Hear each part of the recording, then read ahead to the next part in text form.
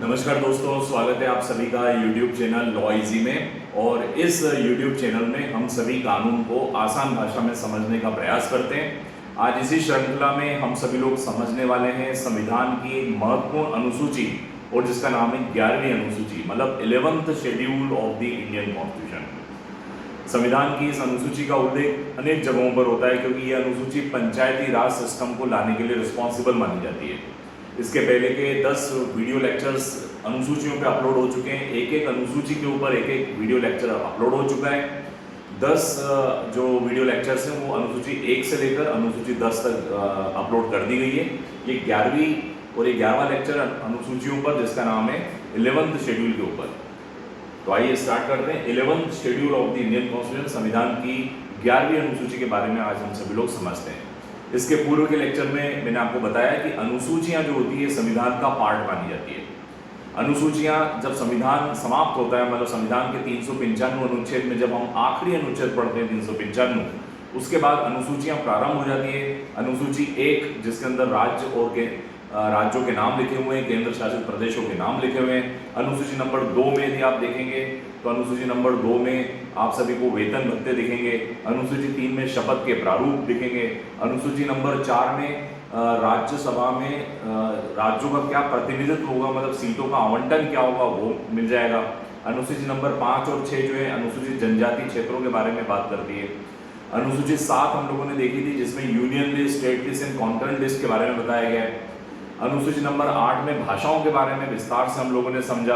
अनुसूची नंबर 9 में देखा वे कानून जिनको चैलेंज नहीं किया जा सकता है, जिसमें 284 कानून डाल दिए गए हैं जो जुडिशियल रिव्यू की स्क्रूटनिंग से बाहर हो गए। अनुसूची नंबर 10 में दल बदल कानून हम लोगों ने देखा। आज हम लोग 11वीं अनुसूची में पंचायती राज सिस्टम के बारे में समझेंगे। 11वीं अनुसूची 73rd अमेंडमेंट 1992 में जोड़ी गई, 73वां संविधान संशोधन। ये बहुत ही महत्वपूर्ण संविधान संशोधन था। और 11वीं अनुसूची सही मायने में हमारे देश में लोकल सेल्फ गवर्नमेंट को लेकर आई, यानी स्थानीय सरकार को लाने वाली यह अनुसूची है। तो सबसे पहले हम बात करते हैं कि संविधान में कुल 12 अनुसूचियां हैं। ये सारी अनुसूचियां किसी न किसी पर्टिकुलर टॉपिक को लेकर बनाई गई है। उस पर्टिकुलर टॉपिक पर विस्तार से everything has been made clear, उसमें सारी क्लैरिटी देने के लिए अनुसूचियां डाली गई। तो 12 अनुसूचियां हैं और आज हम लोग बात करने वाले हैं 11वीं अनुसूची की। तो 11वीं अनुसूची जो है डेमोक्रेटिक डिसेंट्रलाइजेशन के लिए भी जानी जाती है। हमारे देश में लोकतंत्र का विकेंद्रीकरण यदि हुआ है तो 11वीं और 12वीं अनुसूची की वजह से हुआ है। अभी तक लोकतंत्र आपको लोकसभा में और राज्यसभाओं में ही दिख रहा था। अब ये लोकतंत्र जो है गाँव में, शहरों में पहुंच गया। तो शहरों में 12वीं अनुसूची के माध्यम से municipal corporation and municipal council के बारे में हम लोग पढ़ेंगे। और गांव में जो पहुंचा वो पंचायती राज सिस्टम के माध्यम से पहुंचा। तो यह डेमोक्रेटिक डिसेंट्रलाइजेशन के नाम से भी फेमस है। और 11वीं अनुसूची इसलिए भी सही मायने में महत्वपूर्ण है क्योंकि ये लोकल सेल्फ गवर्नमेंट आती है। लोकल सेल्फ गवर्नमेंट यानी स्थानीय सरकार, स्थानीय मुद्दों को स्थानीय लोग ढंग से निपटा सकते हैं। स्थानीय जो लोकल पीपल है वो लोकल पीपल को ही पावर दे दिया जाए, यही इसकी मंशा रही और यही 11वीं अनुसूची का मुख्य उद्देश्य रहा। तो लोकल सेल्फ गवर्नमेंट लाने वाला अनुसूची जो है वो 11वीं अनुसूची है।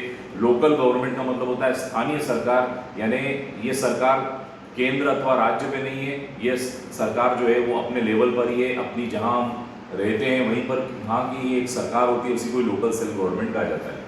73rd अमेंडमेंट 1992 में ये ऐड हुई और इसमें 29 विषय दे दिए गए।